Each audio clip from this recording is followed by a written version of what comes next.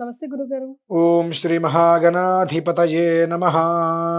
గురుగారు ఏ గుడికెళ్ళినా, ఏ మీలాంటి వాళ్ళ గురువు దగ్గరికెళ్ళినా, ఎవ్వరిని కదిలించినా కూడా లలిత సహస్రనామాలు, లలిత రహస్య సహస్రనామాల గురించి అసలు ఒక పెద్ద పీట వేస్తారు గురుగారు. అసలు ఎందుకు చదవాలి? ఎలాంటి వాళ్ళు చదవాలి? ఎప్పుడు చదవాలి? ఎలా చదవాలి? శ్రీమాతా శ్రీ మహారాజ్ఞి శ్రీమత్సింహాసనేశ్వరి చిదగ్నికుండ సంభూత దేవకార్య సముద్యత. ఈ లలితా సహస్రనామం మొత్తం 183 శ్లోకాలు. ప్రతి శ్లోకంలోనూ 32 అక్షరాలు, 8 తోటి కూడింపబడుతుంది మొత్తం అంతయు కూడా. ఒకటి.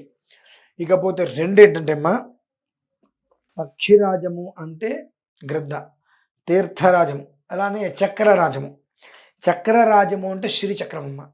అంటే ఈ యొక్క శ్రీ యంత్రము శ్రీచక్రాన్ని మించింది ఇంకా ఎక్కడా కూడా యావత్ ప్రపంచంలో ఎక్కడా కూడా శ్రీచక్రాన్ని మించినటువంటి యంత్రస్థితి ఎక్కడా లేదు. అంత గొప్పది అది. ఎందుకంటే ఆ శ్రీచక్రంని సింహాసనంగా అమ్మవారు కూర్చొని, అమ్మవారు సింహాసనంగా చేసుకుని కూర్చుంటారు దాని మీద. అది ప్రధానంగా మనం తీసుకోవాలి. ఇకపోతే రెండు, ఏ ఆలయానికి వెళ్ళినా సహస్రనామార్చన అంటే అమ్మవారి గుడికి ఐం హ్రీం శ్రీం శ్రీమాత్రే నమః అని చేస్తారు. మనకు 64,000 పీఠాలు ఉన్నాయి, మా శక్తి పీఠాలు. 64,000 మనకు తెలిసింది 18. అంతే కదా గురు. మాది ఇంకొన్ని తెలిసేమో. 64,000 శక్తి పీఠాలు ఉన్నాయి. ఈ 64,000 శక్తి పీఠాలకి కూడా చతుషష్ఠి కళారాధ్య అని చెప్పి మనకు లలితా సహస్రనామంలో ఒక శ్లోకం ఉంది. 64 అంటే చతుషష్ఠి. ఈ 64 కళలు ఎలా అయితే అంటే 64 కళలకు మూల ప్రాధాన్యత లలితా సహస్రనామం. 64 శక్తి పీఠాలకు మూలాధి దేవతగా మనం ఆరాధించేది మళ్ళీ లలిత. ఎందువల్ల మనం అలా ఆరాధిస్తుంటామంటే లలితా సహస్రనామం మొత్తం కూడా రహస్య బీజాక్షర నిధి. బీజాక్షర నిధి. కొంతమందికి బంగారు నిధులు గనులు దొరుకుతుంటాయి. దానికి కొన్ని కోట్ల రెట్లు ఫలితం అమ్మా ఇది. నిధి, బీజాక్షర నిధి, ఇదంతా కూడా అంత గొప్పది లలితా సహస్రం. అందులోనూ కూడా 4వ శ్లోకం ఉంటుంది. ఆ 4వ శ్లోకం అనేటువంటిది అష్టమి చంద్ర విభ్రాజ. ఆ ఎవరైతే కనుక లలితా సహస్రనామాన్ని రోజు పారాయణ చేస్తారో వారి ఆ జన్మాంతము కూడా అష్టమి చంద్ర వదనంలాగా అమ్మవారి యొక్క ముఖం ఎప్పుడు ఏ రకంగా అయితే వదనంగా ఉంటుందో ఆ ప్రసన్న వదనమే ఆ జన్మాంతము వాళ్ళకి ఇస్తుంది. అంటే మనకి ఏదో కాస్త డబ్బు వస్తే గొప్ప స్థాయికి పోవడం, లేదంటే మళ్ళీ కింద స్థాయికి రావడం లేకుండా ఒక ప్రణాళికను నీకు ఏర్పరుస్తుంది. First of all. సెకండ్, మనకు ప్రతి మనిషిలోనూ ఒక విద్య, ఒక కళ ఉంటుంది. అదేమిటో తెలీదు. ఆ తెలియనటువంటి వ్యక్తి ఎవరైతే ఉంటారో ప్రతిరోజు మను విద్య, చంద్ర విద్య, చంద్రమండల మధ్యగా అనుకుంటూ ఈ లలిత సహస్రనామాన్ని పారాయణ చేస్తే చతుషష్ఠి ఉపచారాధ్య చతుషష్ఠి కళామయి మహా చతుషష్ఠి కోటి యోగిని గణసేవిత అని మను విద్యా చంద్రదేకి ముందది. ఇదేదైతే ఉంటుందో దాన్ని అనుసరించి 64 కళలలో అతనికి ఏ కళలో ఉత్తీర్ణత చెందగలడు, రాణించగలడు, ఆ కళను బయటికి తీసుకొస్తుంది అమ్మవారు. అంటే ఇది తెస్తుంది, అది త్యాదు అనేటువంటిది ఎక్కడా కూడా లేదు. అటువంటి లలితా సహస్రాన్ని ఒకరోజు 18 సార్లు చేస్తూ వచ్చే ఫలితం ఎంతండి చెప్పలేము మాటల్లో. ఒక రోజుకి 18 సార్లు లలితా సహస్రనామ పారాయణ చేయటము అంటే 1,00,000 బీజాక్షరాలు మనం ఉచ్చరించడం ఒక మనిషికి సాధ్యమవుతుందండి? అవుతుంది. రేపు మనం చేస్తున్నాం మన అదే. మీ పోటీ వాళ్ళకైతే ఓకే, మా పోటీ వాళ్ళు కూడా తేలికైన విషయం కదమ్మా. కంఠనరాలు తెగిపోతాయి. మరి రేపు అనుకున్నాం 25వ తారీఖు చాలా అష్టాదశ శక్తి పీఠ మహాశక్తి పీఠార్చన అని చెప్పి ఇక్కడ ఆ అష్టాదశంలో 18 శక్తి పీఠాది దేవతలకి కూడా లలితా సహస్రనామ స్తోత్రంతో 18 శక్తి పీఠాలకి విడివిడిగా. ఒక్కో మెట్టుకి ఒక్కొక్కసారి పారాయణం చేస్తారా గురుగారు లలిత సహస్రనామాలు? ఒక్కొక్క మెట్టుకి ఒక్కొక్కసారి చేసుకుంటూ రావాలమ్మా. అది ఒక్కటే చేయడానికి సుమారు 9 నుంచి 10 గంటల సమయం పడుతుంది. అయిన తర్వాత మిగిలిన ఆరాధనలు ఉంటాయి. అటువంటిది లలితా సహస్రనామ పారాయణ రోజు ఒక్కసారి చేసుకుంటూ వెళ్తేనే ఆ మనిషి 5,000 బీజాక్షరాలు చేసినట్టుగా పారాయణ. 5,800 5,000 చిల్లర వస్తుంది. 5,000 పైన ఆ బీజాక్షరాలు మనం ఉచ్చరించినట్టు. అదే ఒక్కటే రోజు 18 సార్లు మనం బీజాక్షర సంపుటి బీజాక్షరాలని పారాయణ చేయటం అంటే 1,00,000 పైన వస్తుంది అది. 1,00,000 పైన బీజాక్షర పారాయణ చేశామంటే ఈ జన్మకి మనకు అసంతృప్తి అనేటువంటి ఎందుకు వస్తుంది? ఇబ్బంది అనేటువంటి మన ప్రాంగణం దాటొస్తుంది లోపలికి. అంత గొప్ప వైశిష్ట్యం అమ్మ.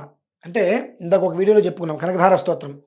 ఈ కనకధార స్తోత్రాన్ని 900 సార్లు చేసి దాన్ని అక్కడ ధారదత్తం చేయటం, అక్కడ ప్రత్యక్షంగా 18 శక్తిపీఠాలకి 18 సార్లు ఏకధాటికి లలిత సహస్రం పారాయణ చేయడం. దేనికి దానికి 18 నివేదనలు. అది కొబ్బరికాయ, అరటిపండ, ద్రాక్ష పండ తర్వాత, కానీ దేనికి దానికి ధూపదీప నివేదనలతో 18 విడివిడిగా 18 సార్లు లలిత సహస్రనామ పారాయణ కూర్చొని సంధ్యా సమయం వరకు మనం చేయగలుగుతున్నాము అంటే ఆలోచించుకోండి ఒక్కసారి. మరి ఏ జన్మలో ఏం చేసుకున్న పుణ్యమో గురుగారు. అయితే ప్రత్యక్షంగా అయినా పరోక్షంగా అయినా ఇందాక మనం ఆ వీడియోలో కూడా చెప్పుకున్నట్టు భక్తులు కూడా ఎవరైనా పాల్గొనొచ్చు. వాళ్ళకి ఎలాంటి ప్రాబ్లమ్స్ ఉన్నా కూడా ఈ ఒక్క రోజు వారు కేటాయించగలిగితే గనక జనవరి 25న ఎలాంటి ప్రాబ్లమ్స్ కైనా, ఇంకా మీరు చెప్తున్నారు కదా ఇంకొకటి ఉండదు, అందులో మీ ముఖంగా అవ్వడం. అలా కాదు గురుగారు, మనం సెల్ఫ్ పారాయణం చేసుకోవడం వేరు, ఎవరైనా కూడా అలా మీ ముఖంగా గురుముఖంగా తీసుకోవడం, అది వినడమే చాలా చాలా మంచిది కదా గురుగారు. ఆ రోజు ఆ పారాయణ మొత్తం పూర్తయిన తర్వాత, ఆరాధన పూర్తయిన తర్వాత అందరికీ ఇప్పుడు ఇందాక మనం చక్ర రాజము అనుకున్నాం చూసారా, ఆ చక్ర రాజానికి మూలమైనటువంటి శ్రీచక్రాన్ని అందరికీ ప్రసాదంగా అందజేస్తున్నామమ్మా. శ్రీచక్ర రాజ నిలయ శ్రీమత్ త్రిపుర సుందరి. చక్ర రాజము అనేటువంటిది ఎక్కడైతే నిలయమై ఉంటుందో శ్రీమత్ త్రిపుర సుందరి అక్కడే ఉండిపోతుంది అమ్మవారు. ఆ చక్రరాజానికి నార్మల్గా మనం ఏదో ఒక వెండి మీద శ్రీచక్రాన్ని చేయించి ఇవ్వటం వేరు. ఆ శ్రీచక్ర రాజం ఏదైతే ఉంటుందో ఆ శ్రీచక్ర రాజానికి 900 సార్లు పారాయణ చేసేటువంటి కనకధార స్తోత్రాన్ని ధారదత్తం చేయటం. ఈ యొక్క 18 సార్లు లలితా సహస్రనామ పారాయణ అంటే 1,00,000 సార్లు బీజాక్షర సంపుటి, ఆ బీజాక్షర పారాయణ చేసినట్టు దానికి ధారదత్తం చేయటం, నిక్షిప్తం చేయటం, ఆ అనంతరం దాన్ని ప్రసాదంగా ఇవ్వటము అంటే ఇప్పుడు అందులోనే లలితా సహస్రనామంలోనే చెప్పబడింది శ్రీచక్రరాజ నిలయం. శ్రీచక్రరాజం ఎక్కడ నిలయంగా చెప్పబడినది? మీ ఇంట్లో, నా ఇల్ల, వాళ్ళ ఇల్ల, వీళ్ళ ఎవరింట్లో అయితే కనుక ఆ విధానాన్ని అనుసరించేటువంటి మంత్రశక్తితో ఉన్న శ్రీచక్రరాజం ఇచ్చి వచ్చినదో శ్రీమత్ త్రిపుర సుందరి, ఆ త్రిపుర సుందరి అమ్మవారు అక్కడికి వచ్చి కూర్చుంటుంది. ఇంకా ఎప్పుడైతే త్రిపుర సుందరి అమ్మవారు వచ్చి మన ఇంట్లో స్థానువై స్థిరంగా కూర్చుందో ఆ ఇల్లు కాదు, కూడదు, లేదు అనేటువంటి మాట విన్నది కదండి. అంతటి యోగాన్ని ఇచ్చేటువంటి పర్వదినం అది. ఆ రోజు ఆలోచించా, చక్కటి సుముహూర్తం కావాలి, సుదినం కావాలి, ఏముంది?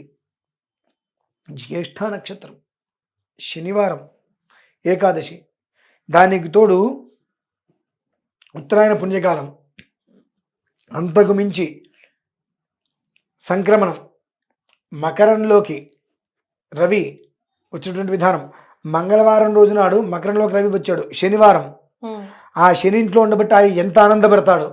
ఆయన అనుగ్రహం ఉంటే అడుక్కునేవాడు కూడా అంబానీ స్థాయికి వెళ్ళిపోతాడు. ఆ అన్ని యోగాలను దృష్టిలో ఉంచుకొని అదే జ్యేష్ఠ నక్షత్రం అంటే ఇంద్రుడిది. ప్రతి కుటుంబము కూడా చిన్న స్వర్గపూరితంగా దోహదపడాలి అని ఎన్నో విధానాలను దృష్టిలో ఉంచుకొని ఎన్నో కూర్పులు అందులో పెట్టుకొని నిరంతరము కూడా అహర్నిశలు అనేక శ్రమల్ని ఓర్చుకొని ఆ రోజునాడు ప్రతి ఒక్క జీవితంలో కూడా గమ్యం చేరడానికి ఒక వెలుతురు రావాలి అనే మైదంతయ్య కూడా.